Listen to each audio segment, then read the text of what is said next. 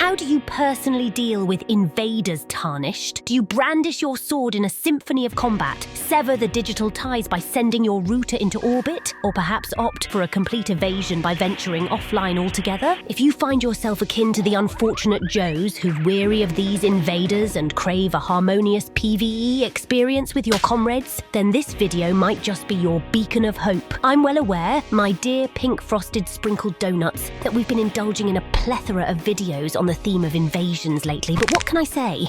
It's a subject we're wholeheartedly devoted to. It dawned on me recently that we've never taken a moment to craft a guide on handling invaders, a skill many seem to yearn for. Judging by what I've seen. Numerous gamers find these crimson interlopers akin to walking red tumors, disrupting their gameplay and, dare I say, tarnishing their enjoyment.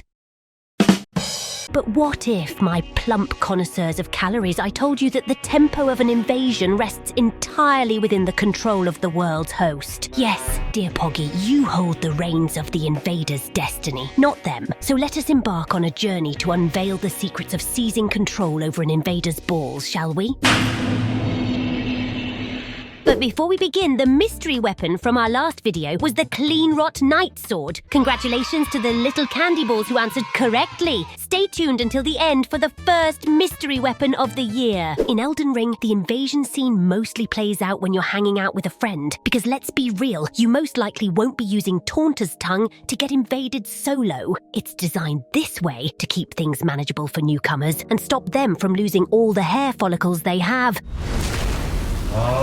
But here's the twist. I'm going to share some insights as if you're on a solo adventure. Now you can imagine the tips I'm about to spill will work even better if you've got a bodyguard or two by your side. We'll start with the basics and then jump into some advice for those poor low-level gamers, because that's when really hits the fan, as seen in this video right here. Before I dish out any tips, let's get one thing straight. If your main goal is to simply dodge the invader altogether, all you've got to do is make a beeline for the fog wall, and poof, they will slow fade back to their world. No mandatory showdown required at all. Hell, you can even activate a Sight of Grace while invaded to save your progress. Invaders might try ducking into groups of enemies to even the odds, but guess what? You're not obliged to play along. Just brush them off, stay focused on your path to the boss, and there you go. Simple as winning a foot race against a Discord mod. However, if you do need to engage in combat, here's what you can do. The very first, and might I say crucial step you should take, is to beef up that vigor stat. Become a big, chonky boy. No matter what odd advice you might stumble upon from some peculiar-looking individuals online, the just dodge everything mantra won't quite cut it in PvP. Trust me on this one. Invaders find their happy place when faced with a squad sporting low vigor. The room for error is razor thin if you skimp on vigor, and invaders tend to flaunt their high vigor right in your face. By cranking up your vigor from the get-go, you throw a hefty wrench into the invaders' schemes, making their invasion significantly more challenging. Don't worry about increasing base stats for damage, as that won't be needed until your weapons already are in the high plus numbers. Now picture this, you and your pals all being buff, beefy boys. The red dude will start losing hair on the spot. It transforms the invasion into a veritable nightmare for them. So, there you have it, my friend. Pump up those numbers. Those are rookie numbers in this racket. The second general tip is your equipment. I know that you want to believe that tier lists are subjective and that Miyazaki made it so that you can use whatever your heart desires and still come out on top tarnished. But the harsh truth is that some weapons are objectively hot garbage, while others are amazing. Your goofy-ass giant crusher ain't got shit on a Clean Rot Night Sword, a banished halberd, or a serpent hunter, so I would heavily recommend you keep at least one or two PvP-oriented weapons in your inventory for these situations, especially weapons that are good for chasing opponents, such as halberds, thrusting swords, heavy thrusting swords, and spears. You can imagine that 2 or 3 players chasing just one individual can get very oppressive for them.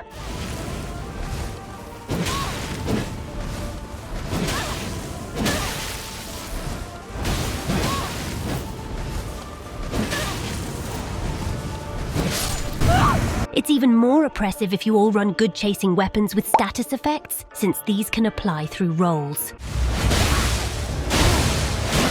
Gearing up properly will guarantee you're on almost equal fields with the invader, and a geared up group will give you a massive advantage over the invader, regardless of PvE mobs.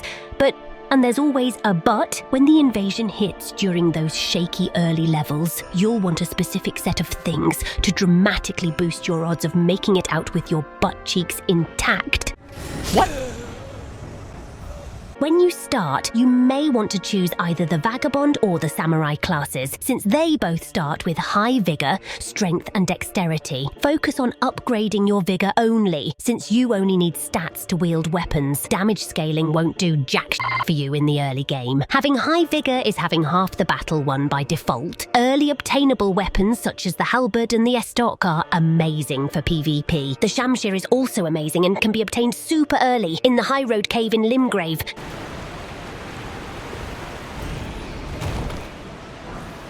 Vagabond already starts with a halberd and Prisoner starts with an estoc, so you could have a friend drop it for you. If you have no friends like we do, the estoc can be bought from this merchant in the entrance of Liurnia. And you can rush to Liurnia easily by following a secret passageway on the cliffside of Stormvile Castle.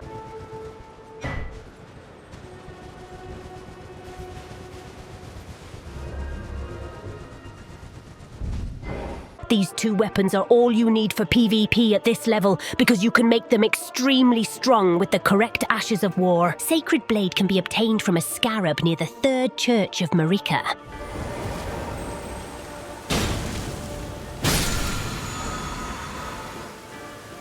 Applying Sacred Blade to the estoc and making it sacred will bless it, no pun intended, with huge damage output.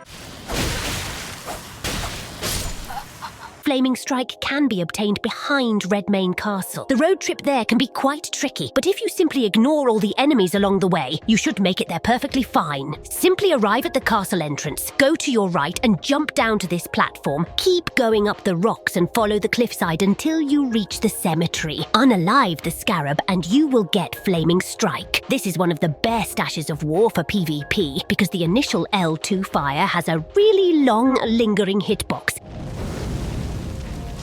while the second part of the attack buffs your weapon with fire.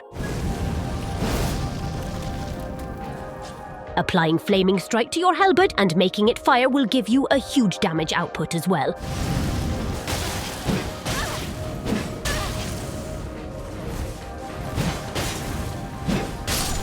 You can go to Fourth Farith to pick up the Radagon Source Seal,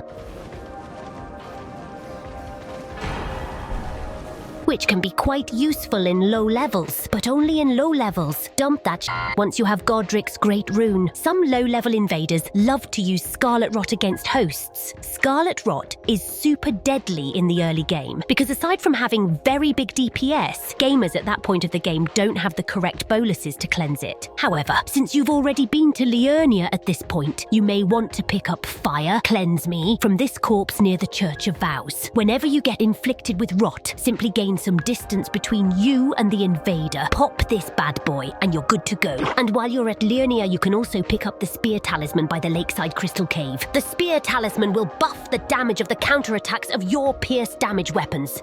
Finally, pick up as many golden seeds as you can along your journey to have as much flasks as possible. Here's a list of the early game golden seeds. So, to summarize, all you need is vigor, some pointy weapons, 2 Ashes of War, 1 incantation, and you've basically become an invader's nightmare. To all of this, you can add blue summons and co-op summons, which can watch your back while you chase down the guy into oblivion. And remember that you can have double the amount of flasks an invader has. You may not have these during the very early game, but you will be picking them up along the way. And one more thing, it's not just important, it's downright essential that you get this through your skull. Even if you've obediently adhered to the almighty build I painstakingly laid out, armed yourself to the damned teeth and beefed up your vigor until you resemble that very odd parents guy, there's an unwavering truth you need to accept. In the chaotic whirlwind of invasions, your swanky gear won't always rescue your sorry behind from someone who dances better in a fight. No meticulous prep can fully mask the gaping hole in your PvP finesse, Tarnished. At least not entirely. You really should consider honing those PvP skills, Tarnished. Lucky for you, we're feeling generous enough to release a video in the future to assist you in that regard, assuming you can grasp the concept, you silly knucklehead. A mix of skill with this build can make quick work of any pesky aggressive tomato you find in your early journey. And it gets even easier when you have summons with you, because it can be very easy to overwhelm an invader. While some invaders can be very skilled, and you may still lose sometimes, even with all of these advantages, the odds are incredibly stacked in your favor. And let's be honest, most invaders are not that good at the game. Little ravioli, it's 4 p.m, time to play mystery weapon. Judging by the stats alone, what weapon is this? Leave your answers in the comments below, and the winners will be featured in the next video. And if you enjoyed this one, feel free to leave a like, a comment, and share it with friends. Consider subscribing to OnlyWaifu for more videos like this. Hope you had a wonderful start of the year. And as always, thanks for watching.